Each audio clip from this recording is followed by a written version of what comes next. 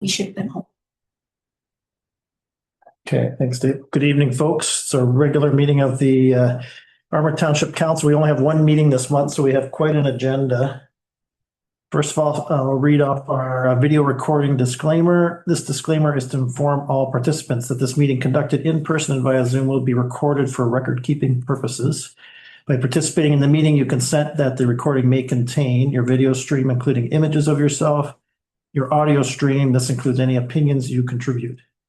Anyone attending the recorded meeting may have aspects of their personal data recorded if they actively participate or not. By staying in the meeting, you consent to being recorded.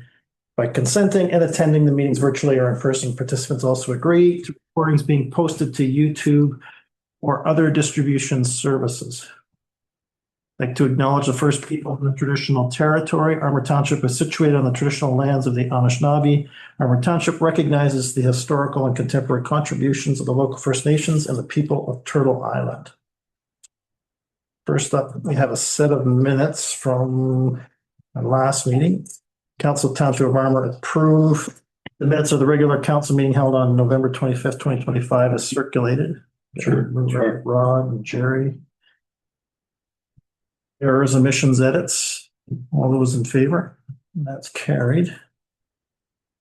And we're off to the races. So we have, well, first, do we have any declarations of pecuniary interest and general nature thereof? I believe I might, in going over some of the conflict of interest in regards to my wife receiving a stipend. Oh, yes, okay. So I believe On the annual bonus. sort of an indirect annual bonus for everybody, but I would declare on. You rather declare it? Yeah. Okay, Jerry. Anyone else? The Historical Society Yeah, that makes sense. Okay. Okay, that's noted. Okay, we have 6 delegations and 30 resolutions. Thank you very much. You're welcome. I'm going to need my water tonight. Lots of reading. First up, we have Amy. And Amy, you've got actually three reports just in time for Christmas. So Merry Christmas. Do we have a resolution for the special minutes? A special what? Special meeting? Is it not in there? Have it in our proposed resolutions. Yeah, confirmation of the minutes of the special meeting held on December 4th. Do we have a resolution for that? My bad. I missed it. Council Township of Armour approved the minutes of the special council meeting held on December 4th, 2025 as circulated. Wendy. Rod. Any errors, omissions there? All those in favor? Okay, thanks, Dave. Okay, now it's over to you. Okay, I'll try to flow through in order that we don't have to flip back and forth. How about that? So I could have made it a longer section for Amy because I received my inspection from the Ministry of the Environment. It's a 24-page document that I chose to leave off the agenda for you. We can talk about it in January. It did come with some action items, but I did have a brief discussion and he quickly removed them after I refreshed his memory. So we are compliant, thankfully. He did have some recommendations that I will be working towards with the RFP award that's on the agenda as well. And we can go right to that staff report unless there's any questions with regard to page 1. Bag tags, any of the other? All good. Okay.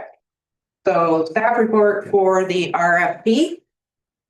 Again, I'm not going to read all that word for word. Jason and I did arrive at the same 2, even though we weren't in the same room.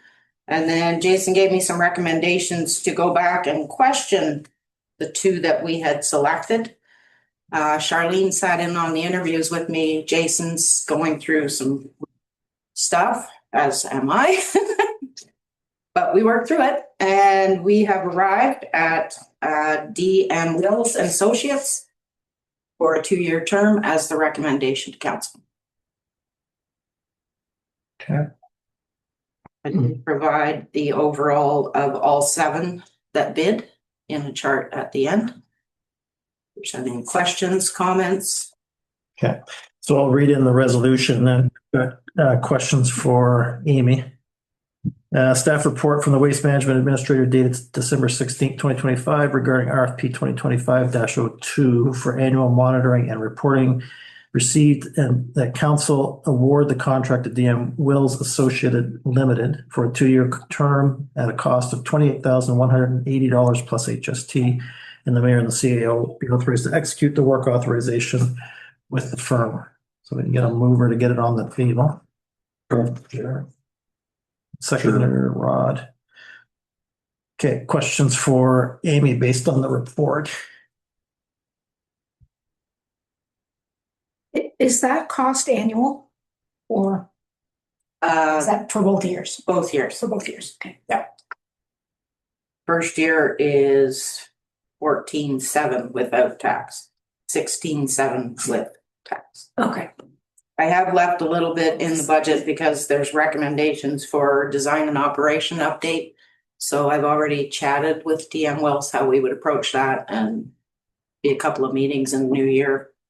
Look at the design and operations as well as our mantle operations and maintenance program, which I would like to bring to everyone's attention that is an anomaly. Those constructed wetlands that we have, there are 7 bids. Not one of those came with any experience with that type of wetland, but we're very interested to learn about it. how does this price compare to what we've been paying, Jason? It is somewhat in line. Is it? I was very surprised, but again, there are some services that Moore would offer now where Jason hadn't in the past, so. Thank you, that's all my questions. Sure. One question in regards, will they also be doing the drone flyover? Nope, that'll stay with Wade for now. Okay. Other questions, Rod? No, I got one for later again.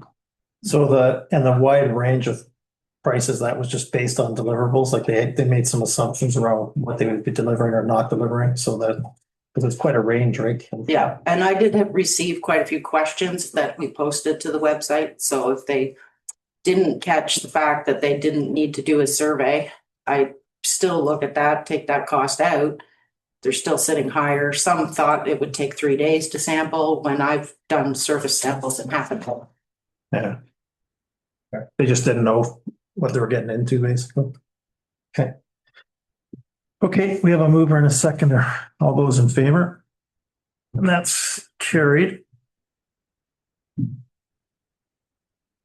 Do you have your monitoring and reporting taken care of? Back to you. 5 on the agenda.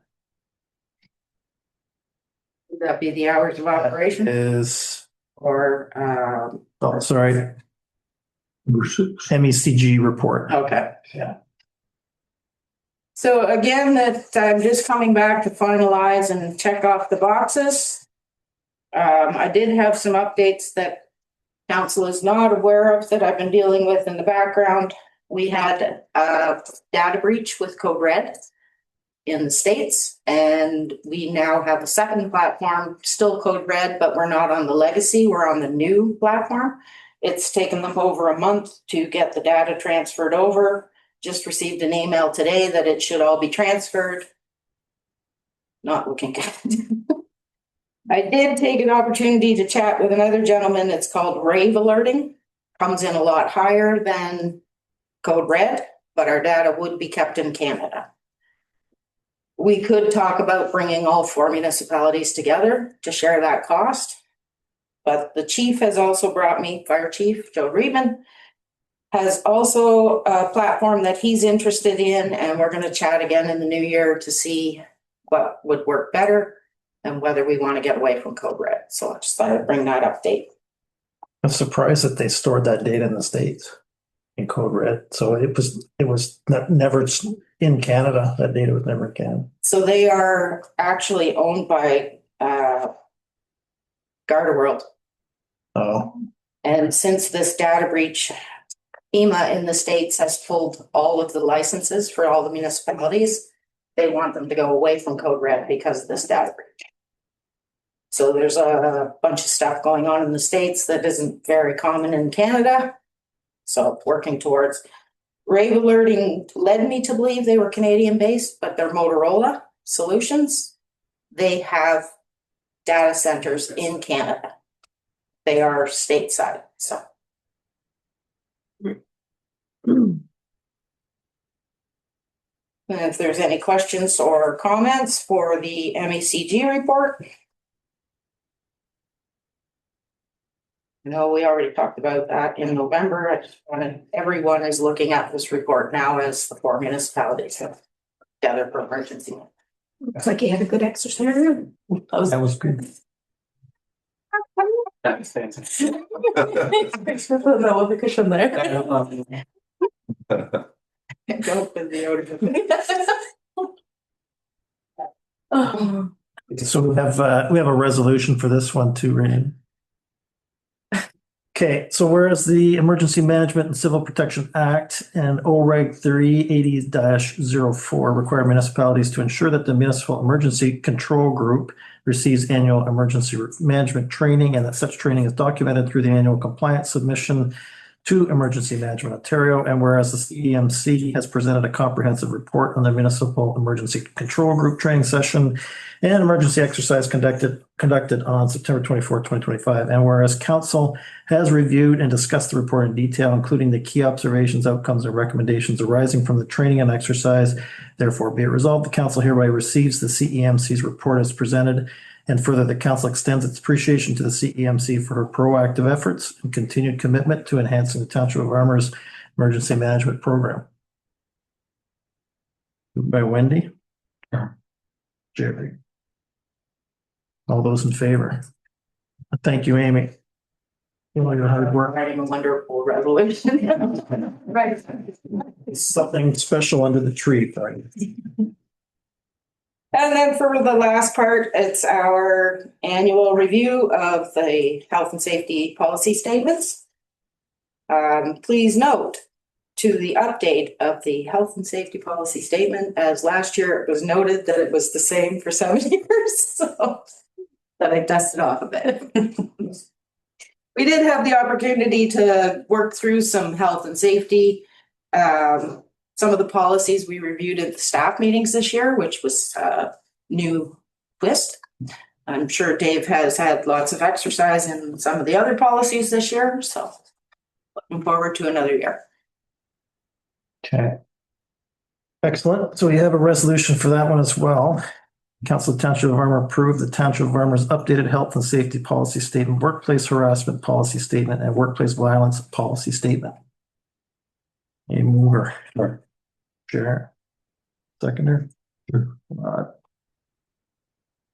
Questions for Amy on the new policy? All those in favor? That's carried as well. Okay. Anything else, Amy, that you wanted to tackle while we're here? Oh, I just want to go back to your wonderful holiday. waste management, the second paragraph. I was curious of,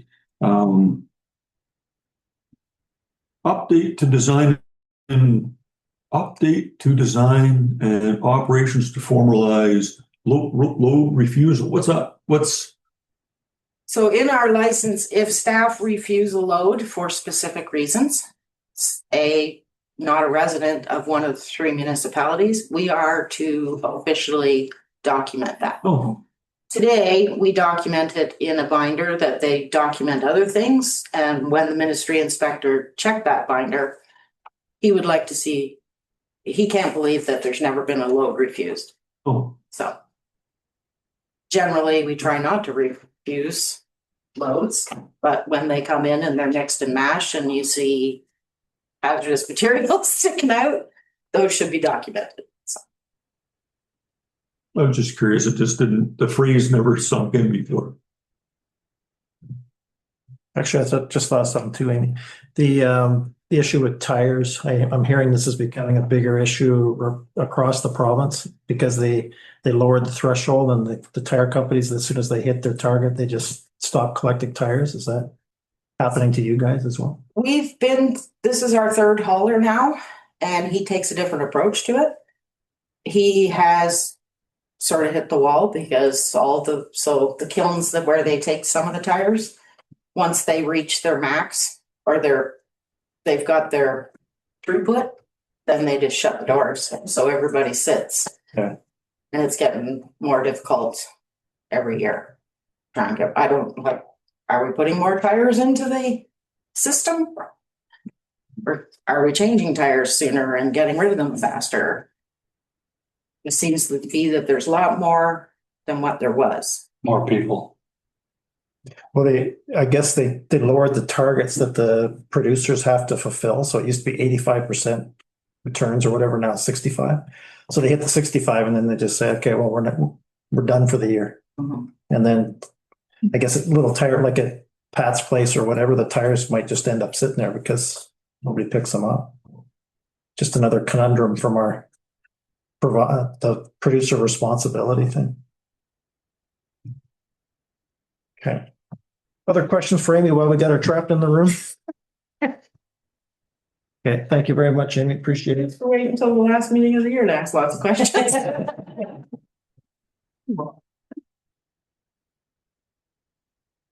Okay, next up we have Dave Creaser, and I believe Dave's online. Yeah, I see him there. He's coming. There he is. Evening, David. It's over to you. Good evening through you, Mr. Mayor. Can everyone hear me? Yeah. Excellent, excellent. I do apologize. I was sick with the flu. I had a bad case of the flu last week, so this will be a verbal report. Going back through December and November, we did have snow start about a month early for us, so it was pretty demanding on our guys and our crews early, and we went through a bit of sand. We did plan for it, so we're well within what we expected to be using this year. Equipment, we've only had one minor breakdown on the small truck, and it was a warranty work on the DEF system. It was a heater on our DEF system, and that had us down for probably 2 days. That was about it. We've been out ice blading with the grader as of late, last week and this week, and we're preparing for that warm melt and the rain coming. So trying to keep everything peeled down so we don't get into the slush and rutting and then the flash freeze. So we want to keep those roads smooth. We're in good shape going forward. We've had a good response from the snow tires. Thank you very much to everyone that got us the snow tires. We've noticed a reduction in our trucks sliding down the hill backwards. We've had no trucks off the road this year. That's good to hear.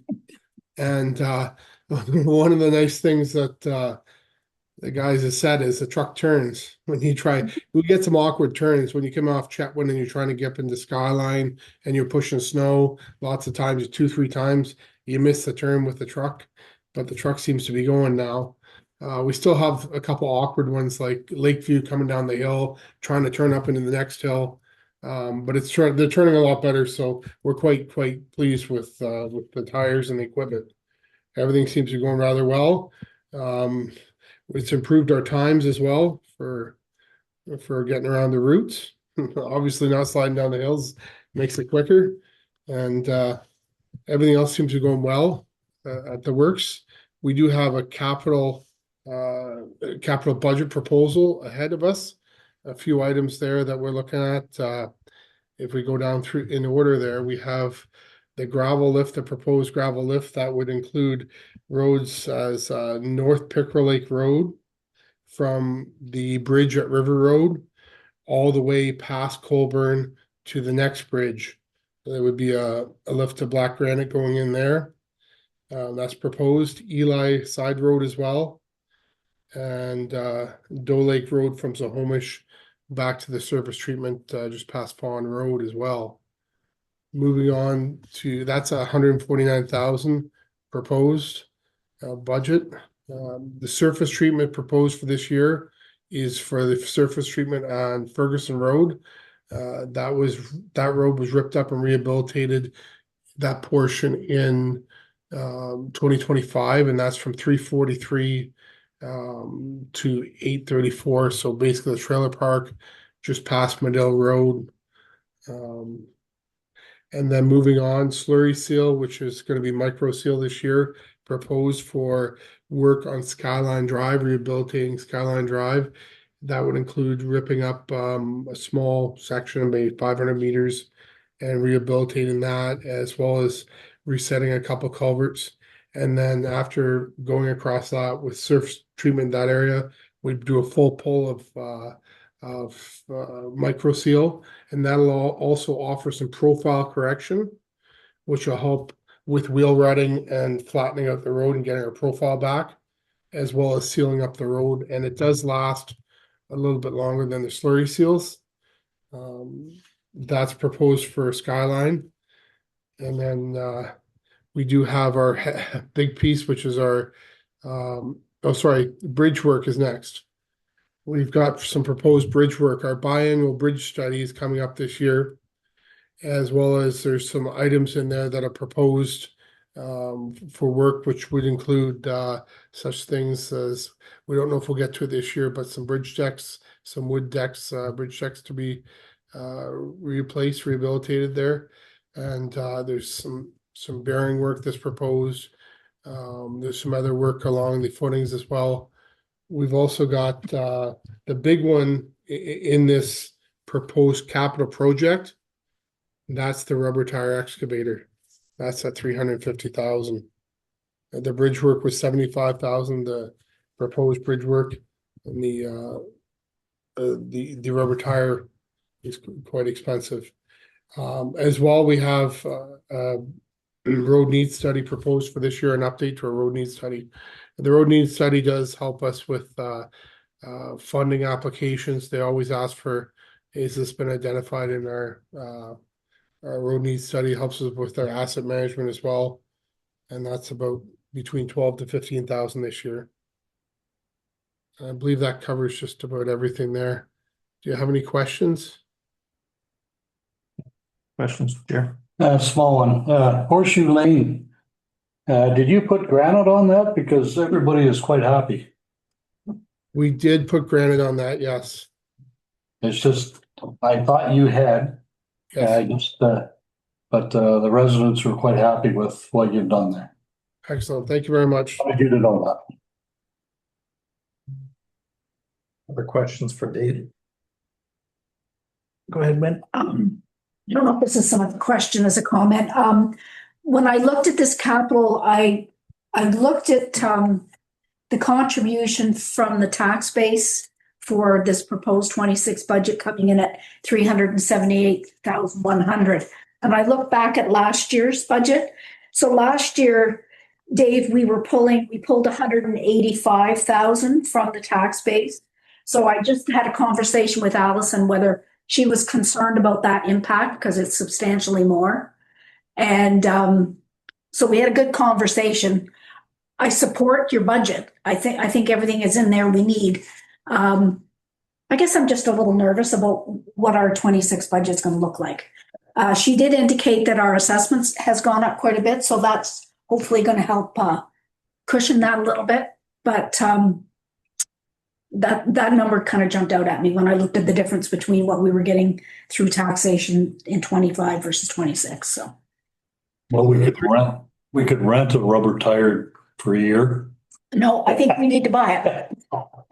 Well, that'd be 350,000 on this year's budget. Well, and Allison and I had a discussion about whether it was something we should consider borrowing for, but I mean, I agree with the budget, and I agree with how she's proposing to fund it. I think we're going to have to start. Oh, yeah, we're seeing that between Tri-Council Yeah. and OPP budgets going up Yeah. substantially. Yeah, So we've got some pretty big increases, but the hits just keep coming. yeah, they do. Yeah, I think everything in here needs to be done. So.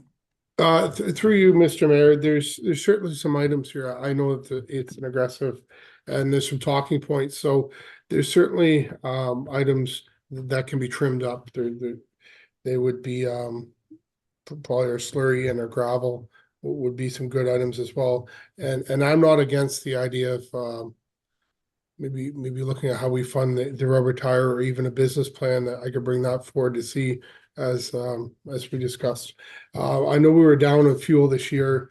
Part of the reason is our rubber tire machine did break down, and once the ditching stopped, a lot of our trucks slowed down, so we had to move on with the backhoe and doing culverts and smaller jobs, so it did reduce the amount of wheels that were turning, so there's definitely room to move. I don't know if I don't think we're to the point yet with the capital budget that can't be trimmed.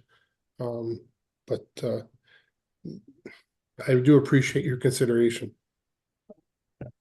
Thank you. Any questions? Oh, good. Okay, so we do have a resolution for the capital budget. Council Township of Armour approved the 2026 capital budget for the roads department for a total expenditure of $893,100. And get a mover. Sure. Rod. Seconder. Sharon. Might want to table it till we know all the other ones though. Yeah, but he's got to be able to tender for this stuff, so I don't think. we can Okay. table. Well, yeah, okay. Yeah. We can always revisit it later, I guess. Yeah, we're gonna have some homework to do. Pass it and resend it if we have to. Yeah, okay. He's got to go to tender, so. Yep, that's fine. Okay, all those in favor? That's carried. Any other questions for Dave? Glad you're feeling better, Dave. Thank you very much. Appreciate it. Thank you. Good evening. Thanks. Merry Christmas. Merry Christmas, everyone. Thank you. Okay, next up, we have Danica, Recreation Coordinator with the December 2025 report. Over to you, Danica. I only want 700,000. Just kidding. So I'm just gonna skip the nitty gritty parts because we've kind of already talked about a lot of the other workshops that were in there. Our gala was a huge hit this year, and it was actually a fundraiser this year and not just we'll get by and next year maybe bring in money. It was really, really well attended. There was some comments about inconsistent bar pricing that we've figured out. Feedback from the caterer, the food quality, the servers, and the DJ and live auction were outstanding. Depending where you sat, because of being an older building, it was cold and it was warm, it was colder than it was warm. So that was some of the feedback. And then our committee supported us hiring the same caterer as next year, but increasing the server's compensation to the $200 per person. This year they just got $20 an hour, I believe. So with speaking with two of the servers that work for other catering companies, they said typically they're anywhere between guaranteed the 200 to 300. But that's not saying you're only here for this many hours. That's saying we get the job done and this is what you get paid. So then our caterer wouldn't have been there as long doing the dishes and doing the cleanup on our own. So that was the consensus we came to for that. Program updates. We've done the cookie exchange was a huge success. We actually had 2 people attend that we weren't planning on coming, and they came and got their stuff and brought it back, and they did the 2 seniors homes in Brooks Falls, so they brought them to Fell Homes in the Manor with all of our leftovers. So our homemade workshop, that's our hats, mitts, and moccasins, that's still sitting at 6. We did have a party of 9 want to do it, but unfortunately that date didn't line up for them, so we're hoping to be able to get her back to do another party for 9. One more. Winter Carnival, we're gearing up for that faster than I was even thinking it was going to come. We were entertaining doing something different for the bowling because our numbers have dwindled a little bit. But we've came to the consensus that we're going to keep that in a family dance on the Friday night. We're hoping to reach out to the same DJ that did the gala in hopes that if we give him a couple gigs a year that he'd keep us the same rate for the gala next year and going forward. Saturday, we're going to keep the same. We're going to, instead of the horses, we're going to reach out to dog sled races or rides just to change it up a bit. The dinner, we don't know if we're going to end up having a dinner. Now, this is a bit of an update since I've done my report. Ice Devils are not able to do it. So we're just looking for a community, an organization in the community that we can rely and depend on to be there, do the full job from point A to point Z. And they can kind of reap some rewards of getting the money from the dinner portion and then still have that. If not, we will probably just drop the dinner and then go forward because it's a lot on our volunteers. March break day camp, again, another update since I've done my report. We were entertaining going to a maple syrup facility. As of now, both the ones we were going to entertain, which was Hubbard's and the one in Huntsville, they're not doing this year any tours or anything. So Hubbard's absolutely reach out next year. They're just, I guess they're branching out to a different facility. Yeah, so they're just busy. Our Dolly Parton Foundation is going swimmingly thanks to Tammy. We have a really long wait list right now with children in the Almaguin region wanting to get on it. So there was a letter attached, just more or less where we've reached out to, or we are going to reach out to other municipalities and just see if they would be willing to donate anything to our Dolly Parton Foundation. Because it's not just, right now, all we have is Armour Township and some of the local businesses supporting it. And local being more or less Berks Falls, Katrine area, and Armour. But we're now reaching people from the north side of Novar, pretty much right up to Trout Creek and like that Almaguin area. So we're reaching out to the municipalities to kind of support it. We don't want to have to say no to any kids in the region. So that is on there. For new business, I'm sick of smelling propane. Is more or less what the problem is. We were doing good, and then I've been in twice now for rentals with complaints of the propane, and it's not a leak. It's an odor, and we've had the fire department in once to kind of do a walkthrough and a test, and then the one rental, her son was on the fire department, so he brought the tester right from the fire department and did a test then too, and again, no leak, just a really, really strong odor. So right now, what we're currently doing, we weren't leaving the pilots on. We were starting it every time there was a kitchen rental, which was okay, but it was also causing air blocks in our line to the generator.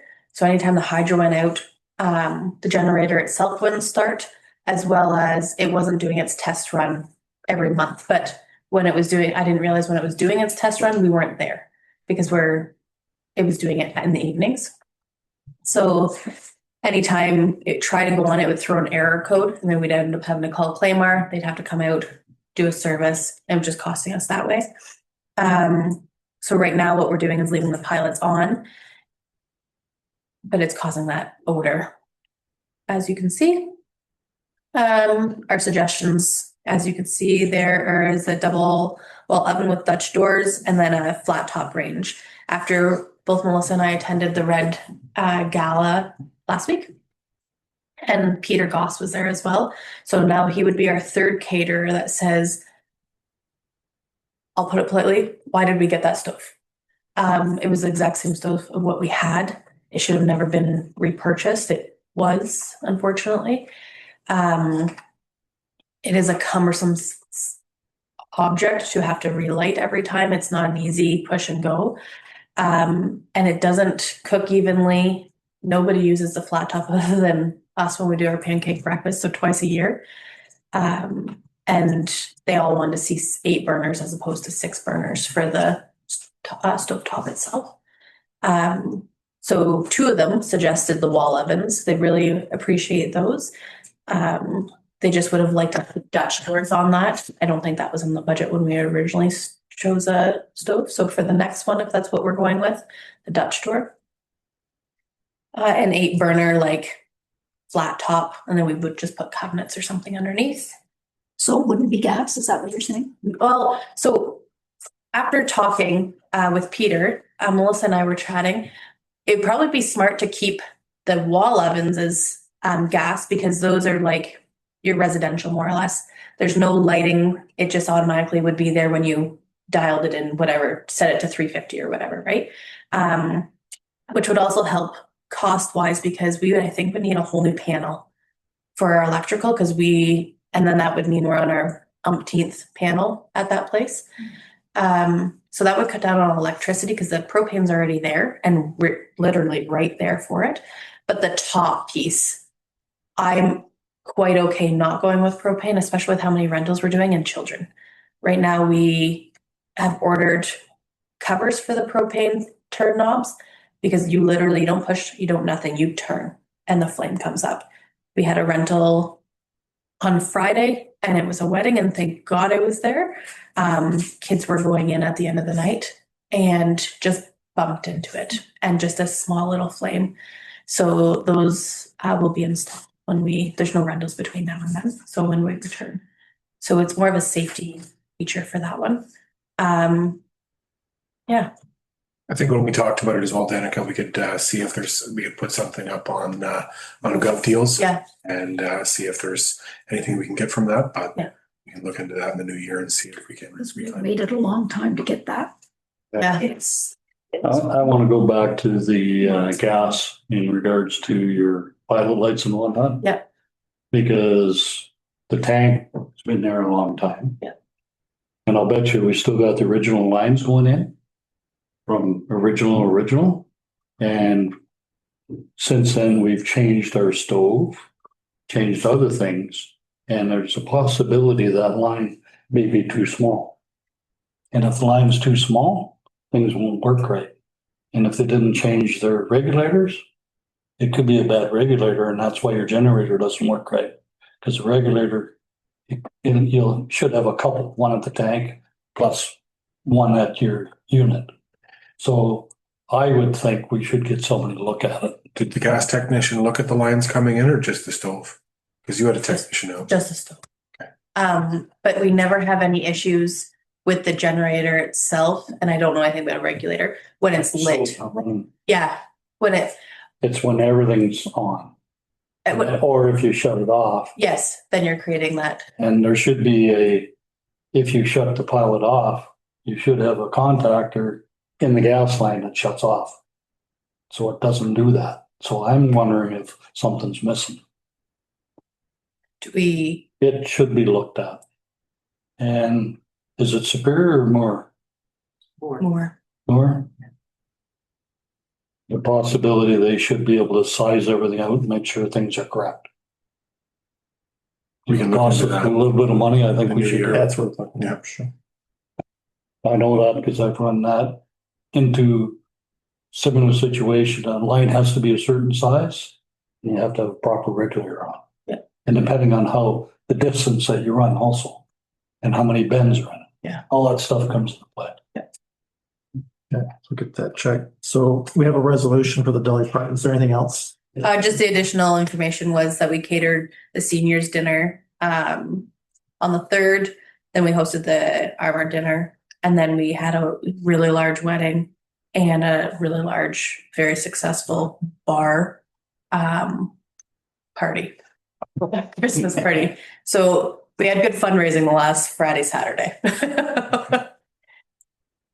Okay, so we do have a resolution for the Dolly Parton Imagination Library, looking for a donation. Council of Township of Armour approve a donation in the amount of blank to support the Dolly Parton Imagination Library, which provides free monthly books to children aged 0 to 5 throughout the Amangman region. Further, council recognizes the value of this program in fostering early literacy, strengthening family connections, and ensuring all local children have equal access to educational opportunities during these formative years. So whoever moves can make a. What if we donated in the past? So this is, so the donations have been through, it's been Tammy. Yeah, Tammy usually does the baked goods. But that's really that in the gala. We put so much from the gala and just transfer it. You guys are looking to go out to other municipalities as well for, Yeah. because this is across Amangman. This is just, so I think it's $250 covers one kid for the full 5 years. So from the time they're born, they get a book every month until they're 5 years old. 250 covers. Yeah. And how many's on the waiting list? I think she said, I thought she said 12, but I could be having my numbers. She may have got a few off. I'm not sure. How many municipalities did you go to, Danica? We this was our first one, and then I haven't really been in the office to rejig the letter, like, We'll see, looking for Armour to set the tone. yeah, please. Five. I'll move it and I'll move 500. I'll do for kids. All right. That was, And we could send a resolution to the other ones Yeah. and challenge that. that was kind of our thoughts was, and our hopes was the 5, but. Read your mind. I get my tax, I'm just kidding. Jerry at 5, we have a seconder for 5. Sure. Rob. Okay. Any other questions, comments, or questions for Danica? All those in favor? And that's carried. Thank you, Danica.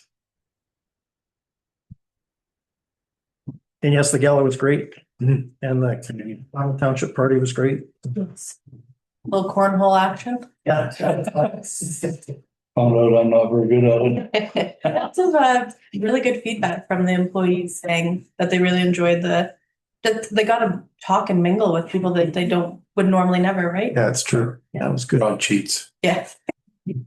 And a lot of people ding the doors, so How with it? Kofi, eh? yeah. Challenge everybody. I'll have to go practice. Okay, great. Thank you, Danica. And last but not least, Ryan, we have a donation request for to support the local youth, the Muskoka Hornets. Yeah, so I've got the 3 girls here. They're gonna hand out our donation forms. They just came in the other day, so you guys gonna hand them out to the council while I give them their little deal here. So we're here just to get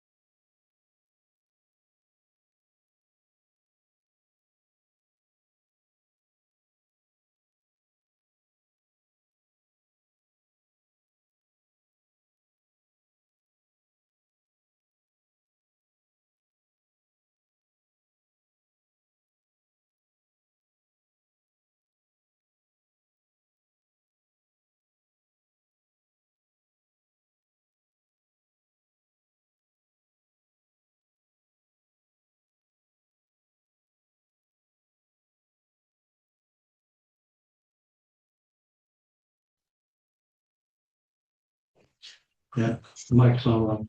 Can someone on Zoom just confirm everything's coming through clear there? We just had a, yeah, we should be on. Grace, thank you, Grace, so they can hear us. Okay. I think they might be able to hear you. that one. Yeah. Let me just double check and make sure I have the correct microphone selected. There, there you are, better. Back in business. Thank you for calling, for confirming, Grace. Okay. Apologies with that. Apparently we have a dead computer on our hands. I think that one was past its due date. I was waiting for that to happen.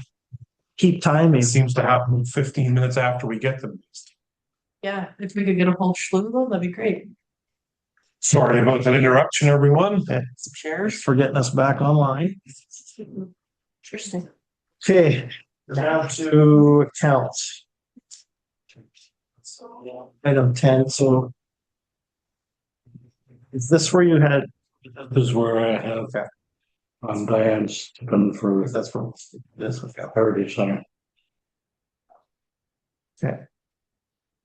Council Township of Armour approved the December 2025 accounts in the amount of $1,207,021.93 for payment, and the mayor and treasurer are hereby authorized to sign checks for same. When they Ron. And I'm indirect pecuniary interest. Indirect, yes. Yeah, it's quite indirect. I think that's what you call it. Yeah. Any questions for Dave or through to Ally on the, no? I didn't have any questions tonight. Okay, heavy month. Yeah, lots there. Okay. We will move in a second. Are all those in favor? And that carried.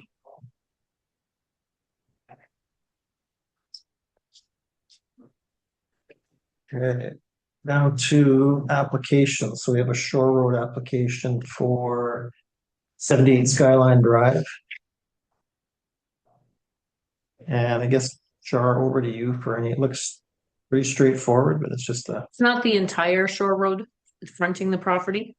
The property itself is made up of 3 pins, must be sold together. But you can see on page 43, there's a yellow highlighted area. That's the portion that Oh, the owner would like to purchase. Go ahead, Rob. Yeah, go ahead, Rob. You said 3 pins must be sold together. The 3 pins, yeah, it's one parcel. Otherwise, these ones, it's not developable. Yeah, the property is held in 2 separate plots. There's 3 separate pins, but 2 pins, 09 and 011, held in my wife and my name. Okay, And the number 12 pin yeah, is held in my wife's name solely. okay. That's been kept that way intentionally for more than decades. Yeah, the issue was in the past with conversations with the not meeting the depth was that this area, we couldn't get a septic approval. We'd have to be 100 meter or 100 feet back, right? And the Shore Road 66. Yeah. Yeah, and if that day came, we would be looking at alternative septic systems that would not impact the environment in any fashion. Similar to a situation where So is the or whatever. intent to sell? We have the 2 properties, and my wife and I, we're retirement age, so one of the other properties we might sell. Because this is all one roll number. It is all one roll number, but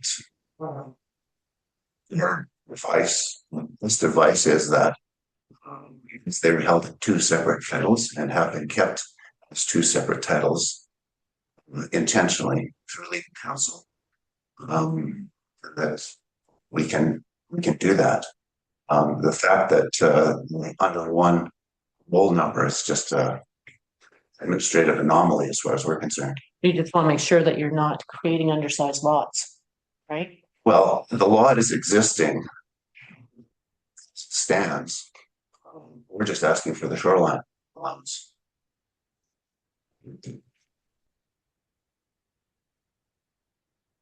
Okay, so you're saying 9 and 11 are Those two are held in my wife and my name. right. And 12 is just in your wife's name. Right. 12 is where the house, the existing lot is. You get two, he only gets one tax bill? Yeah, it's one roll number. And how can it be in separate ownership if there's only one tax bill? We don't deal with pins, right? No, So when no, it I comes don't to deal with the pins. property, it's made up of 3 pins. Well, we have lots of rolls, like lots of property on the roll that have more than ten. That's this. We get We short. don't have seven ownership. Lanterns, which is what we have. I'm confused why there's more than one tax bill then. I don't know. This is. That's a lawyer's decision. That's my point of view. It's from, we moved here 10 years ago. So this was the status of the property at the time. And the legal counsel we had at the time made sure that those titles were kept separate. So prior to you guys having it wrong, was it one owner who owned both of those sets of properties? No, it was my wife inherited this from her grandmother. It was complicated. It was her father's estate, her grandmother's estate, and her grandfather's estate. That were all dealt with at the same time. For the time immediately preceding her involvement, one property was held in the estate of Robert Murphy, which was Frida's husband, and one property was held in Frida's name. So they were intentionally kept separate titles. Yeah. Originally, Albert, I think the original property, which is number 12 property, and he bought at some point, I think in the 1960s, the property near beside him. So it was all approved through the land titles. And released was the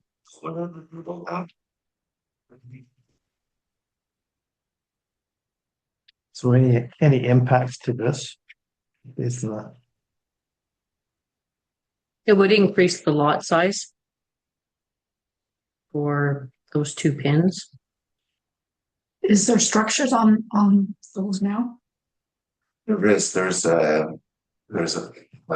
original cabin and that old garage, and that garage was renovated a couple of years ago. Are the structures sitting on the shore road allowance or are they on the piece that isn't shore road allowance? Do you know? I believe they would be On the short. shore road allowance, yeah. There was the old garage was a 10 by 20. The bunkie cabin was 15 by 10. So if with this proposed purchase of the yellow, is it going to be attached to those 2 pins, or are you looking at creating two pins for it? I don't know how that works from a legal standpoint, in terms of how it's handled at land titles, whether they're. It has to be attached, does it not, sure? Well, my concern is you've got 2 pins, right? And if they're saying that, if Rowan's saying that they're basically two separate parcels, you don't want to create. Is it 2 separate or is this and this is separate? 11 and 9 are separate pins, right? Separate pins, but they're held under the same ownership. He's saying that's one property, but he's saying this is a separate. There's 3 pins based on land registry. You could sell a pin. So if this yellow is being proposed as only being 1, that's fine. But if you're proposing it as 2, creating 2 pins in the front, you could be creating 2 extra small lots that may not even be able to be developed No, according to the zone. so far as I understand it, the two pins together, because they're held together under the same ownership. My wife, myself, uh, they are effectively amalgamated. Yes. Through provincial statutes. The, buying the additional property, that would become part of those, and I don't know how land titles deals with the pins. The 009 and 011 are one title, so there would be that property would have 175 feet of frontage onto 3 Mile Lake, and essentially what we're going to buy is the shore road allowance, which is 175 feet by the 66 feet. Basically, when you're done, you'll have 2 lots. No, that's one. Yes. One lot. Well, Yeah. it's one lot. Yeah. The other lot would be the existing lot. Yes. And the White's house. Yeah. Gotcha. They should be merged on title if they're the same. it should be. It should be. I don't know. Yeah, they're merged on title. In fact, I think I brought a copy of the title which identifies 009 and 011. It's part of the same title, even though they have a separate PIN number. So this is the other anomaly is 012. He said where the road goes through. Yeah. 012 Is is held solely in my wife's name and it's a separate property. Yeah. And I can't explain why it's an unequal tax roll. Yeah. It probably shouldn't be. You should getting it. So the resolution itself shouldn't be tendered because we're just supporting the principle. This is not. Yeah, it's giving consent to sell, start the file. Just file up. Okay, Council Township of Armour hereby support in principle the application submitted by Carrie Schiffler and Rowan Hildebrand to close and purchase the 66-foot shore road allowance lying partially in front of part lot 21 concession 2, known municipally as 78 Skyline Drive in Armour Township, subject to the following conditions: completion of the required process, including payment of all applicable fees and charges. Mary. Seconder Wendy. Any other questions for Shar? For Rowan? All those in favor? Okay, that's carried.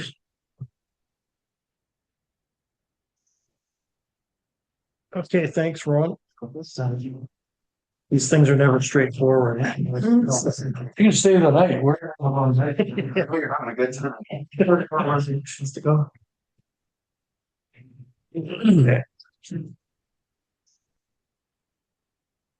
Few technical difficulties here. Do you want me to pause for a second? Or? Just a brief moment. I am going to leave the meeting running. I'm going to disconnect the audio and the video just to see if that resets because the camera is all over the map. Okay. So.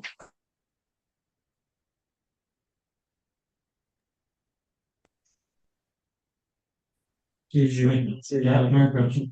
Sure. This is sure has to be secret stuff. So now we find yeah, it's the time to have this. It's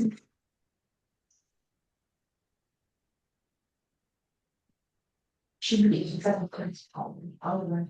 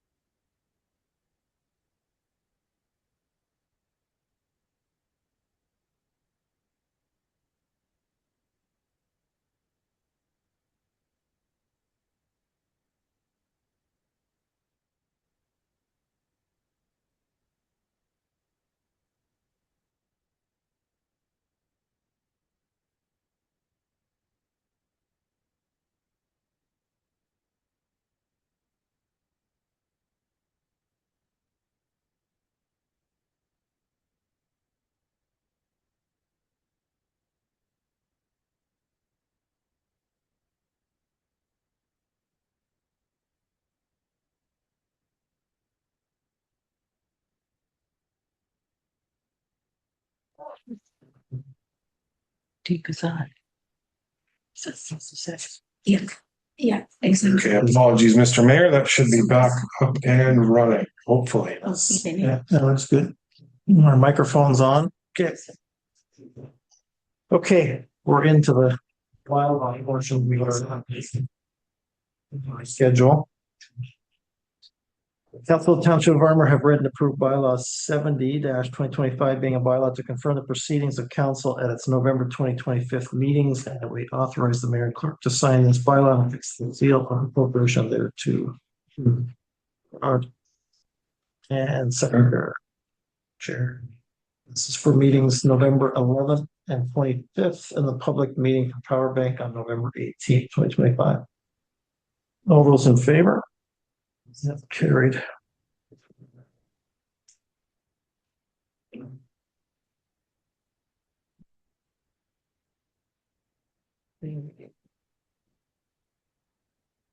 Resources for election purposes. Council Township of Armour have read and approved bylaw 71-2025, being a bylaw to regulate the use of corporate resources for election purposes and repeal bylaw 49-2021. We authorize the mayor and clerk to sign this bylaw and affix the seal of the corporation there too. Wendy. Jared. Rules in favor. Carried.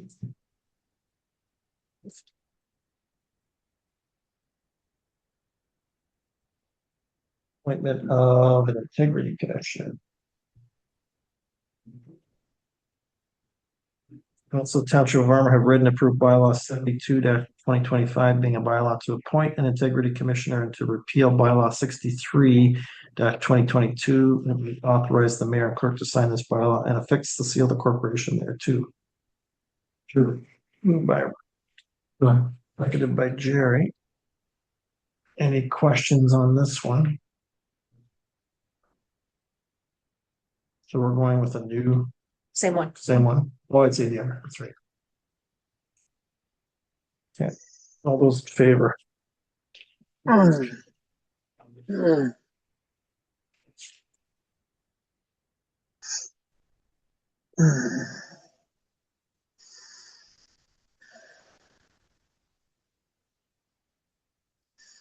Little ghost in the machine. Okay. Council Township of Armour have read and approved bylaw 73-2025 being a bylaw to enter into road maintenance agreement with the Township of Ryerson and repeal bylaw 28-2022. We authorize the mayor and clerk to sign this bylaw and affix the seal of the corporation there too. Mover. God, seconder. Sure. I'm just going to jump on that for a comment for you so you know what's going on. Okay. With that, we are only renewing this agreement for 1 year. That this one includes the East Road Bridge. So there's negotiations and we're going to look into it just so you're aware. When you look at the term, it's only 1 year. 1 year instead of. Yeah. Said we didn't want to put any money into these. Dave's looking into it. There's other things too that Dave was looking at, possibly alternating years between the two municipalities. But they came to the conclusion that they need something in place for January 1st. Yeah, makes sense. Okay, we have a mover and a seconder. All those in favor? Carried.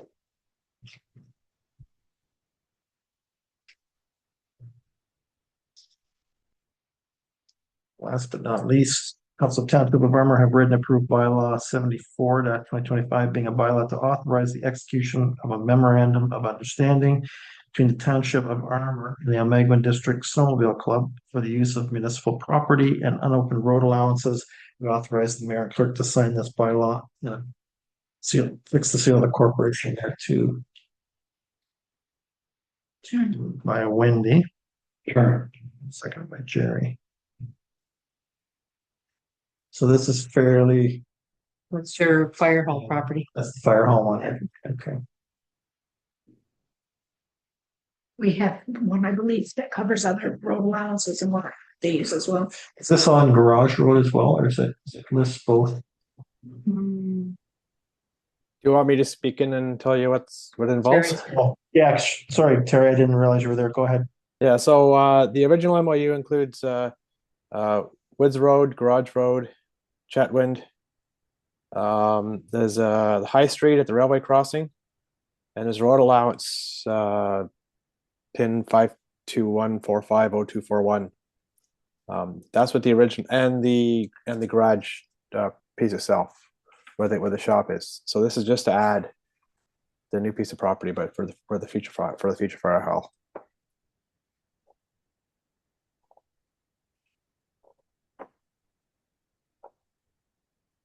Area through till July of 2034. Yeah. Okay. We have a mover in a second. Any other questions for Shar or for Terry, who's online? Okay, all those in favor? And that is carried. Thanks for your help, Terry. You're welcome.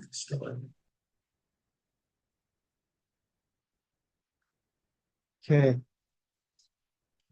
We have reports, unfinished business, new business. Do we keep chugging along for now, try and get through reports at least? Or yeah. Okay, first up, item 17, we have the planning report with the year-end stats. Everything's there, 27 applications, majority of our applications being zoning.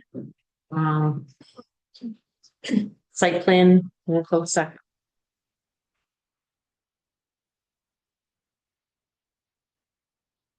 With all the planning changes at the provincial level, Shar, like I assume our site plans, pre-cons, has that dropped?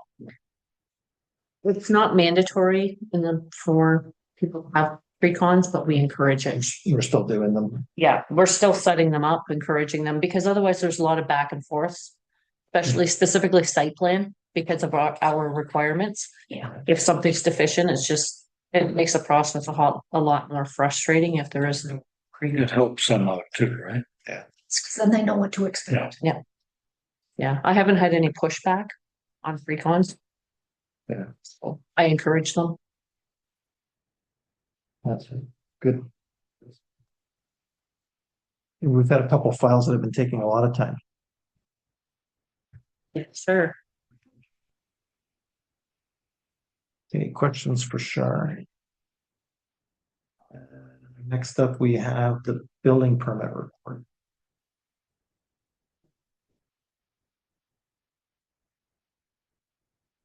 Those nice new codes in there. Yeah, I know, I love it. Yeah, that's great. Very helpful, actually. Yeah.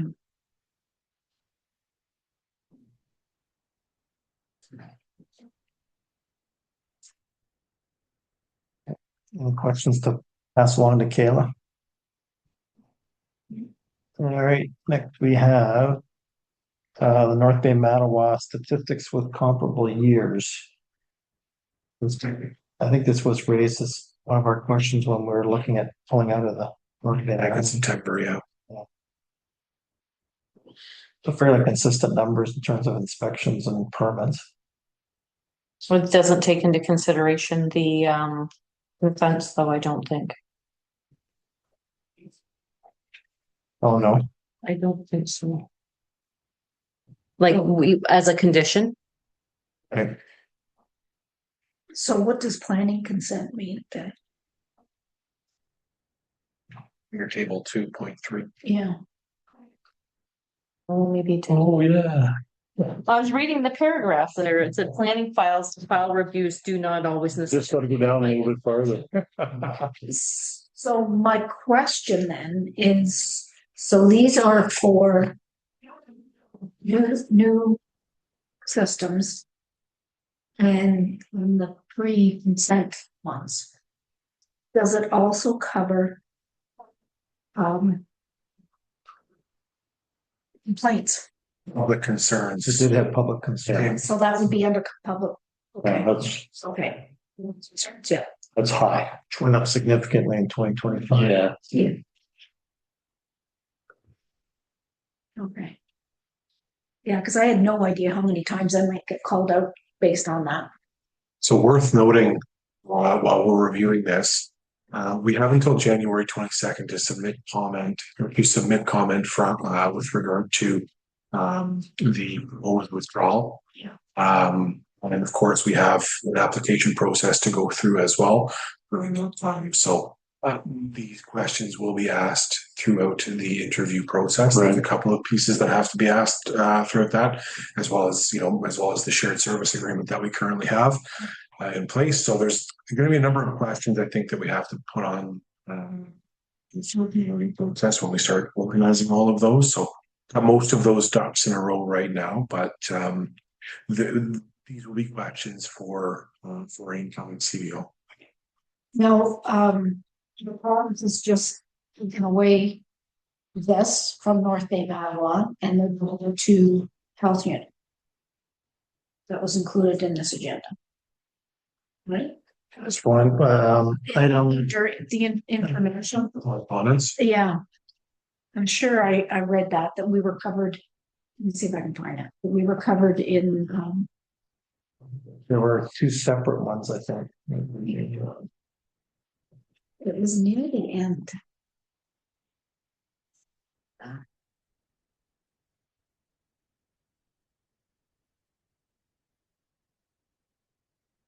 was one of the potential, because Armour was specifically listed. That wasn't the. That comment period. It's at the end.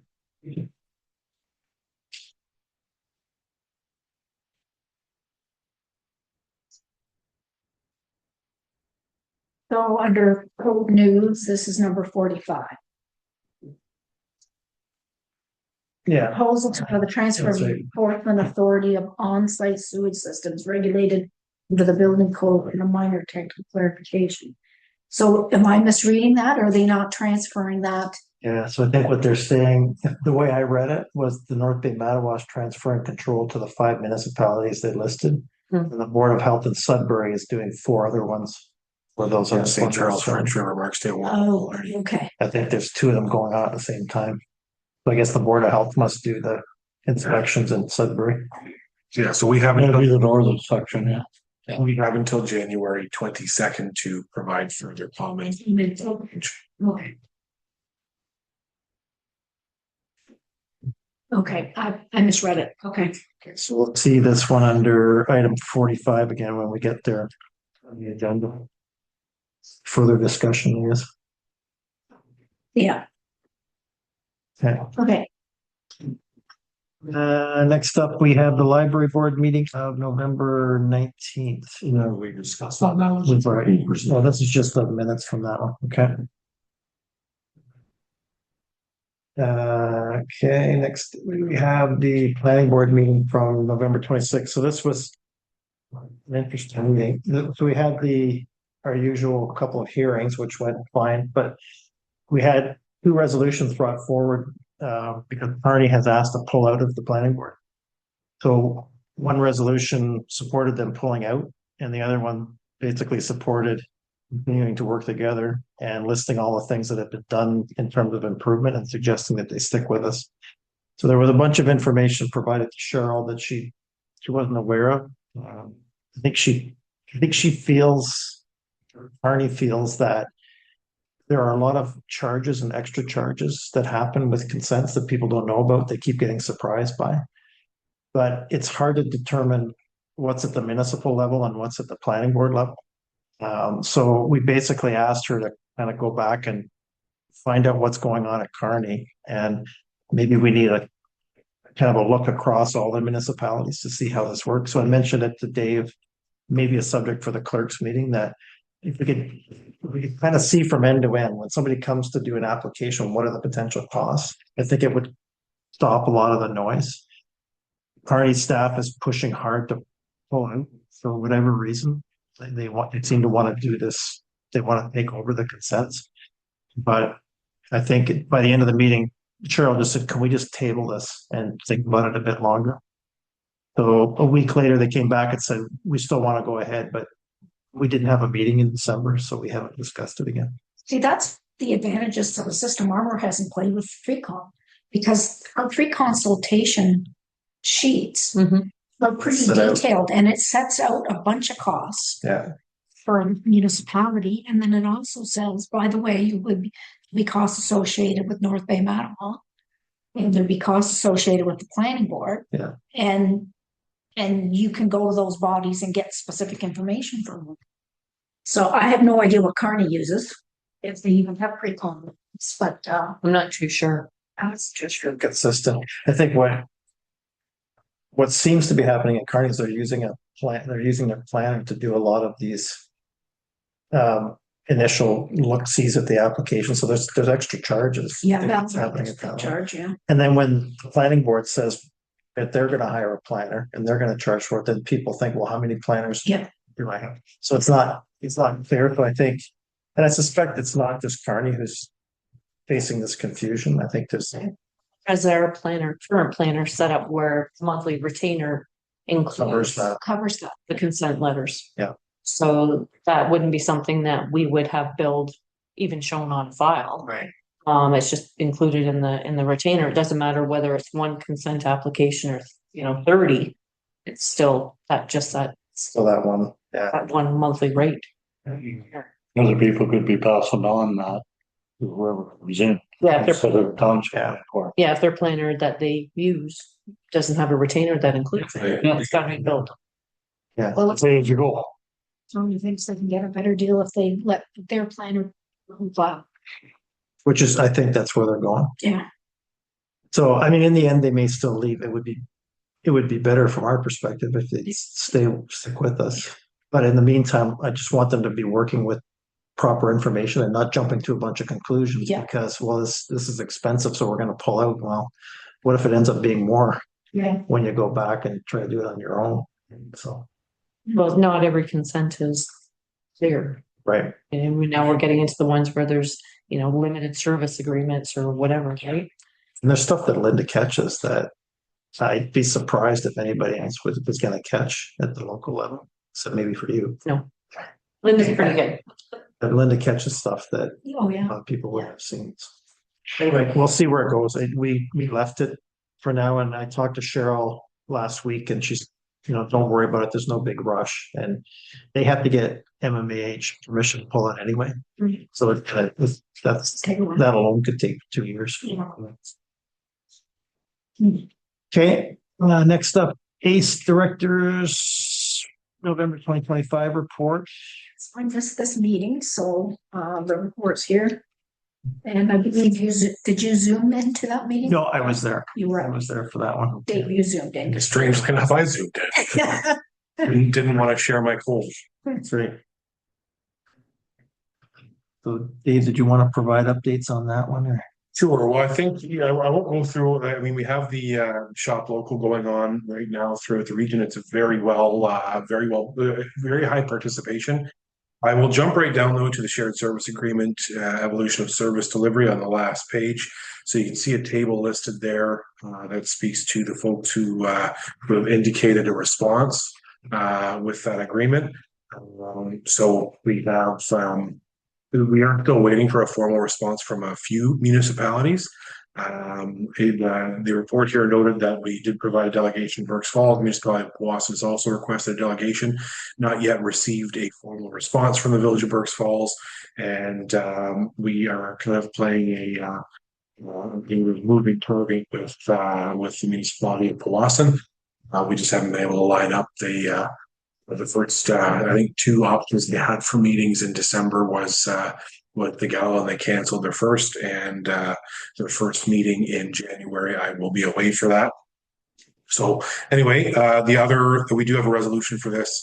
The board has recommended that we proceed with the hiring as presented in the report for the replacement of the director of procurement. And South River did decline. I think it came in. Yeah, we have. Day of the meeting, actually. We have that under new business, but yes, that Called down that.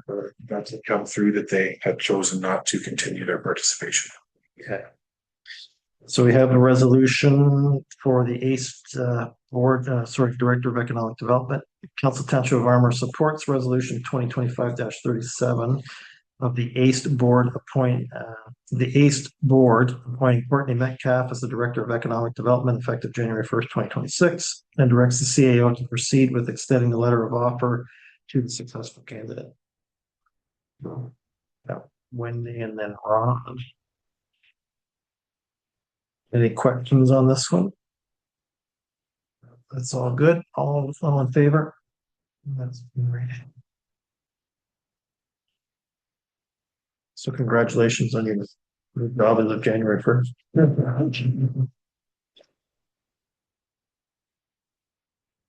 Laugh out loud according.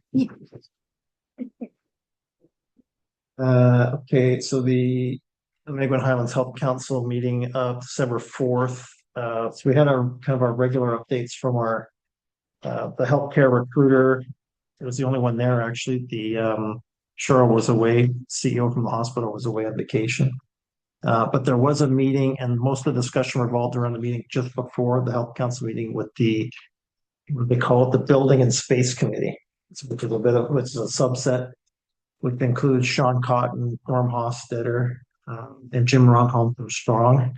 And I sit in for historical purposes, and now we're starting to pull in staff. So Dave is likely going to be part of that, probably Denny from Brooks Falls, likely somebody from Sunridge or Strong. And the idea, actually, the meeting was good because we kind of got to that place where we decided we have to keep the building in Sunridge going, and we have to keep the building in Brooks Falls going, and we need more space. So there's no point in fighting about we're going to move this and move that. At some point, we're going to need new space. So there was a kind of a conclusion at that meeting that this is silly because the doctors are going to stay there for the foreseeable future. They need more space. If we get a new space, it probably makes sense to move the X-ray into the new space and not there, and free up more space over here at 150 Houston for the doctors and the family health team. So I think by the time we had got the input from the healthcare providers and Sean had got a little bit more background as to how we kind of all got there. Norm kind of got everybody in the room settled on the fact that we need the two buildings and we're going to need new space, and we need to look at this all together across the whole islands because healthcare, it's got to be not so much where it is, we just have to make sure we have it. One of the biggest issues we'll have going forward is getting any more funding for healthcare like we did last year. Will be impossible if we don't have a place to put people. So they won't even entertain the grants if you can't say, if you bring a new nurse practitioner in, that's their office and here's where we're going to put their admin staff. If you can't point to that, they won't even look at the grant. Yeah. So it was a good meeting, and I got things settled, I think. Oh. It's the building that had the other doctors, like Dr. Dempster's office, and what's in that building now? So I think there's a dentist in there now, and pharmacist is in there, and there's something else. The dentist is pretty new. Fire departments are downstairs. And the fire department's downstairs. So that building isn't underutilized. There's no space there that could be full. So the only space that's available would be the upstairs of the 150 Houston, but it's not great for doctors. Especially if people have to go upstairs. Yeah, it's not the greatest setup, and it's all kind of cordoned off because when it was a hospital. So that committee will continue on, and we'll see where it goes. Then the next step is to get staff involved to really look at how we're going to manage these buildings going forward, and what do we need to look at if we're looking at new space. So that was all good. Next up, DSAB meeting of December 11th, Jerry. Yeah, we had a closed session. We had to go into budget, and it'll be coming out very soon if it already hasn't come, Dave, you know. I haven't seen it come through. Okay, it'll come through shortly. But our auditor did give us some recommendations, so we'll see how it all turns out at the end, but everybody that does good ends up paying more, so I suspect we'll have to pay a little bit more. We'll see where all the chips lay, but we need more reserves. We need more things to happen. And it was noted that we didn't have enough reserves, so.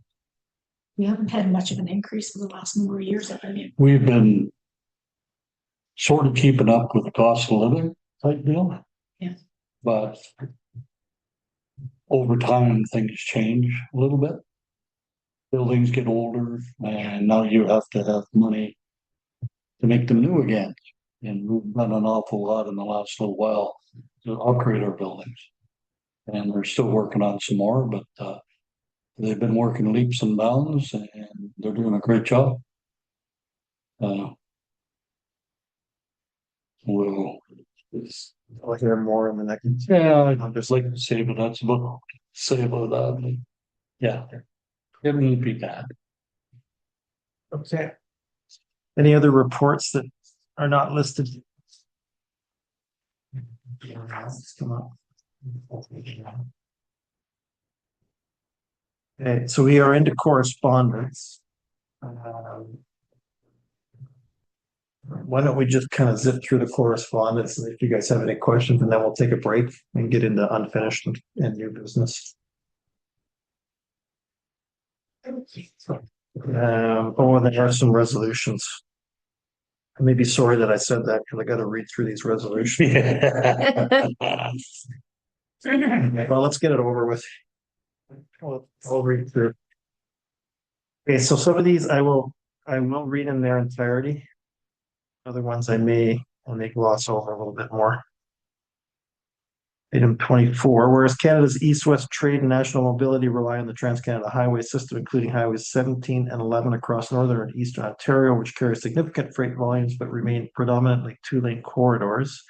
And whereas four-laning the entirety of Highway 17 is the ultimate goal of the communities along the corridor, and whereas the proven 2+1 highway design, alternating passing lanes with a continuous median barrier, delivers safety outcomes comparable to full twinning at substantially lower cost, land, and environmental impact, can be scaled or converted to 4 lanes as volumes grow. And whereas the government of Ontario has announced a 2+1 pilot between North Bay and Temagami and a further extension toward Cochrane, creating a near-term implementation pathway. Whereas modernizing highways 17 and 11 will improve safety, reduce closures, strengthen supply chain reliability for mining, forestry, agriculture, tourism, and manufacturing, and enhance national resilience and emergency response capacity. And whereas a phase 2+1 building, prioritizing Highway 11 North Bay to Cochrane and Cochrane to Nipigon, and key sections of Highway 17 western border of County of Renfrew, Sudbury, Sault Ste. Marie, Sault Ste. Marie to Sudbury, Thunder Bay, and Kenora.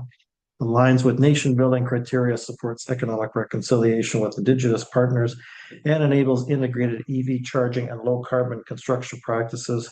Whereas analysis summarized by the Federation of Northern Ontario Municipalities demonstrates high freight demand on these routes and strong safety economic rationale for a 2+1 program. Therefore, be it resolved, the Bethel Township of Armour formally endorses the adopted and phased implementation of a 2+1 highway program on highways 17 and 11 as a nation building project, and that the government of Canada be urged to designate this initiative as a project of national interest under the Building Canada Act and to partner with Ontario to co-fund and accelerate planning, design, procurement, and construction.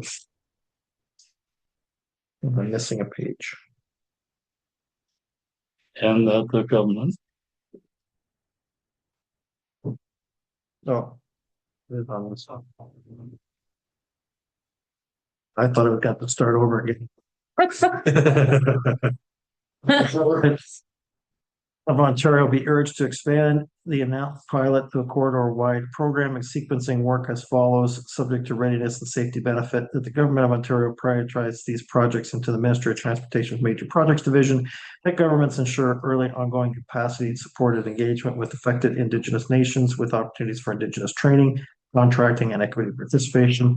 Program incorporates corridor-wide safety features, barriers, separated 2+1 cross section, controlled passing frequency, wildlife considerations, resilience measures, clean growth elements. The resolution be sent to the Prime Minister of Canada, the Premier of Ontario, the Minister of Transportation, the Minister of Infrastructure, the Ontario Ministry of Transportation, local MPs and MPPs, Federation of Northern Ontario Municipalities, Northwest Ontario Municipality Association, Association of Municipalities of Ontario, Federation of Canadian Municipalities, Rural Ontario Municipality Association, Eastern Ontario Warden Caucus, and the County of Brantford. I got a mover. Jerry seconds. Wendy or Charlene, you were getting a lump of coal. I think. If you look at the agenda package, that's the Form one that they submitted. Pass on that coal. Coming. Okay, all in favor. It'd be funny if it was defeated. It'd been easier just to say that we support. Yeah. Yeah, for the next one, that's what I figured out. They won't say, It's over. no, they won't. Doesn't matter what they want, it's what we want. You need water, sir? No, I'm good, maybe a rub the eggnog. Yeah, something a little stronger. Okay. Council of Township of Armour supports the city of Brantford and respectfully requests the Premier of Ontario, in consultation with the Ministry of Education, to consider directing all publicly funded school boards in Ontario to schedule a professional activity day on the date of the municipal election in each election year. So this one is kind of interesting. Wendy. And Rod. Sometimes they use the schools for voting. Yeah, Yeah, hadn't occurred to me that was. down south I could see that because they wouldn't have a lot of places, right? Yeah. I think it's more of a southern thing, I would think. We have our community centers here. Yeah. Which makes sense. So okay, we have a mover and a seconder. All those in favor? All right.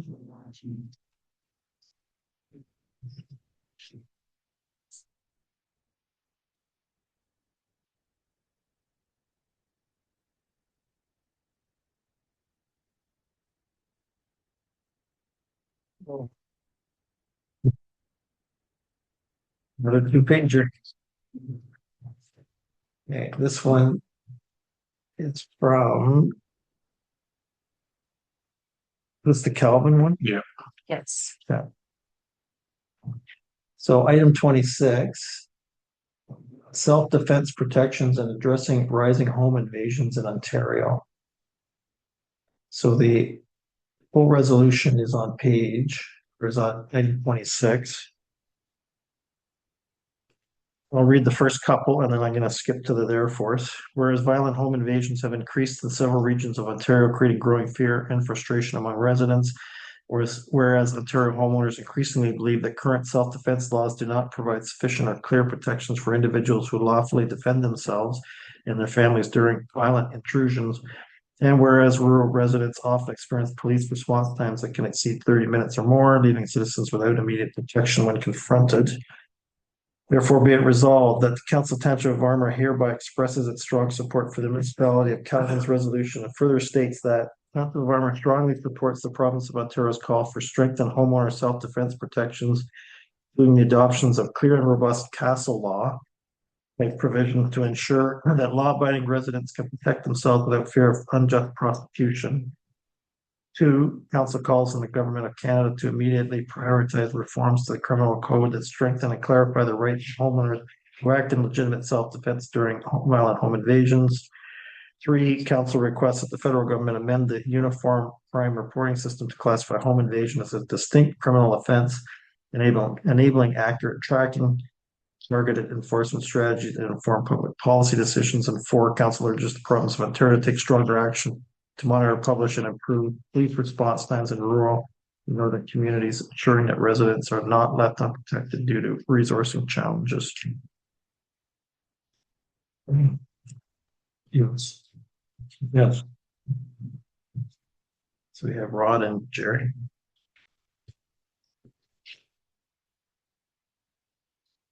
I think the home invasion thing is coming a lot from the gangs. And I think they gotta do something with the judicial system. You just don't let them have. They book them, make bail, or watch. Sad, That's for sure.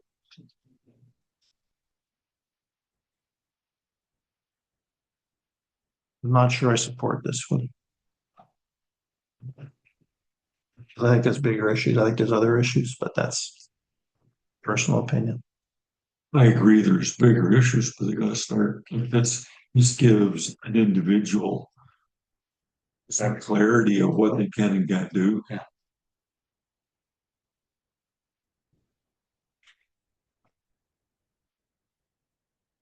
I would prefer to protect myself as opposed to depend on a cop coming from South Road. And some of it stems from what happened out in Alberta too, is it? Yeah. The person was defending their home and ended up being charged. Yeah.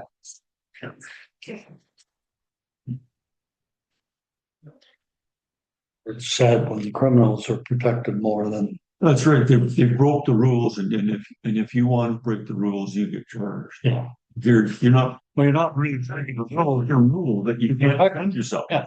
You should be allowed to protect your own property. Yeah. Yeah. At one time you did. When you were little, you went to go visit the Sticklins. You had to stay in the truck. He greeted you on the porch with a gun. You don't necessarily need to protect yourself. It's just people who do these things, they know there's no repercussions for them. They can just That's the do what they biggest want. I agree with Rob. There's a lot more to it than just Yeah. this. But it doesn't start the ball. We have a mover and a seconder. All in favor? That's carried. Castle law would catch a lot of people as well. And Yeah. that applies. Particularly like that phrase. Yeah, it's old school. Yeah. I'm gonna go work on my moat, Bear trap. Okay, item 27 is from Welland. Another lengthy one. Sort of related.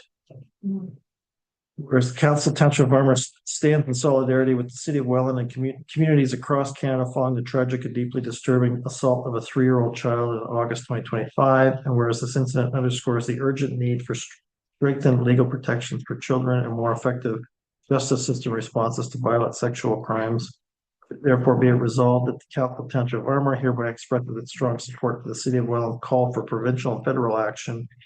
The full and expedited implementation of recent federal bail and sentencing reforms to ensure consistent protections for victims of violent sexual offenses. 2, strengthening bail and sentencing provisions so that individuals charged with or convicted of violent sexual crime face the strictest possible conditions, including limits on early release in cases of extreme brutality. 3, reforms to ensure that parole eligibility for sexual offenses against children reflects the seriousness of these crimes and limits conditional or early release for offenders who pose an ongoing risk to public safety.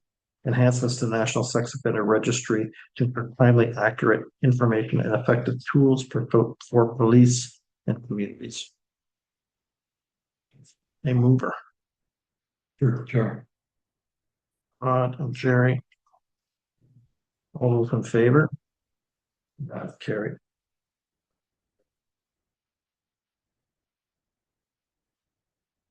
Oh, look, another long one. This one was interesting too, actually. Okay, so I'll hit the highlights on this one. Whereas pension fund serves over 1,000 employers and over 500,000 employees and retirees from diverse groups, including municipal governments, school boards, libraries, police and fire departments, children's aid societies, and electricity distribution companies. Longstanding jointly sponsored governance model with 2 corporate boards has provided stability, accountability, and fairness for both plan members and employers for more than 2 decades.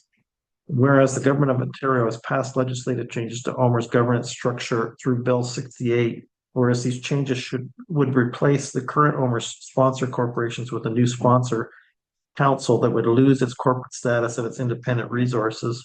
And whereas the proposed model would allow pension decisions affecting municipal employers and employees to be made without meaningful municipal oversight, increasing financial risk and for municipalities and local taxpayers. Therefore, be it resolved, the Township of Armour does not support the legislative changes to the Owners Act contained in Bill 68 and requests that the Government of Ontario reconsider the advisability of proceeding with these changes. You mover. On the, Sure. looking at my Jerry. This one's a bit scary. Okay, staff. Yeah. What should we do? The province gets a hold of the pension money. Yeah. Yeah, There's, we don't want the province involved in making decisions on where that money is invested. It's not a lot if they get a surplus in it. Yeah. Okay, well, go exactly. I got a meeting tomorrow over my pension. Is that right? Something similar, only. Yeah. It's being sold to somebody else. Yeah, so if you Look after it, so. Yeah. That's right. Okay, I have a mover in a second. Are all those in favor? That one carried.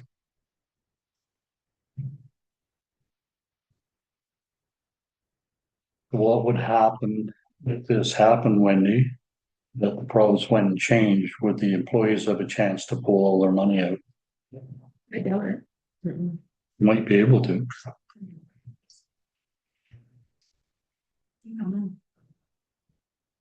All the money that the employees put in and all the money that the employers. Years put in, yeah, I don't think it would be an opportunity to pull your money out. If you put the extra, what do you call them, VACs in, you might be able to pull that out. My ABCs, The yeah. VACs, yeah, you might be able to pull that out, but I don't think you can pull your other. I don't very much good.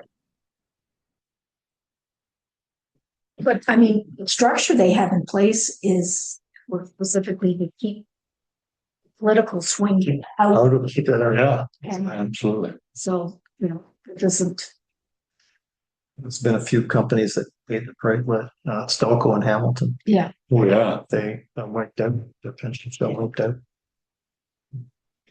Okay, we have, I think there's one or two more resolutions from our correspondence. The Ice Devils are looking for some funds to go to the Silver Sticks Finals in Pelham in January.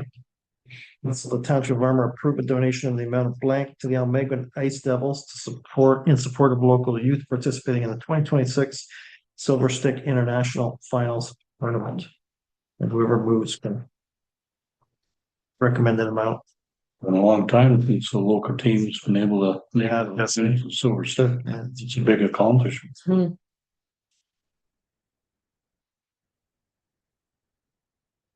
Well, we seem to be giving them $500 tonight.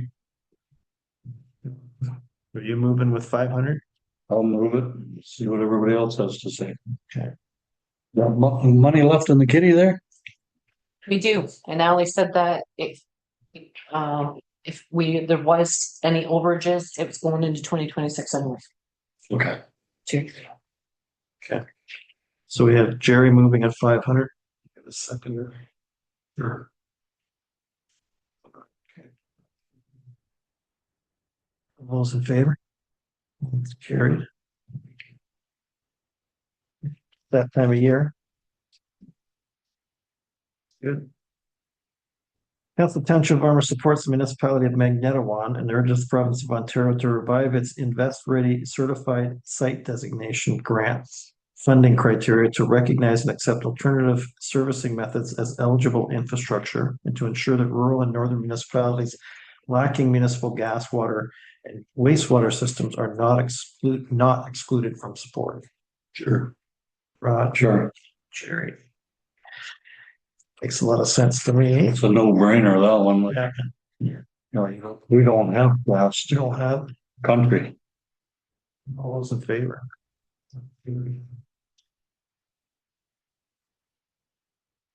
Okay. Are we through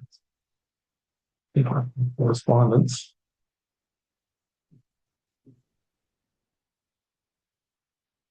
Going through to item 41.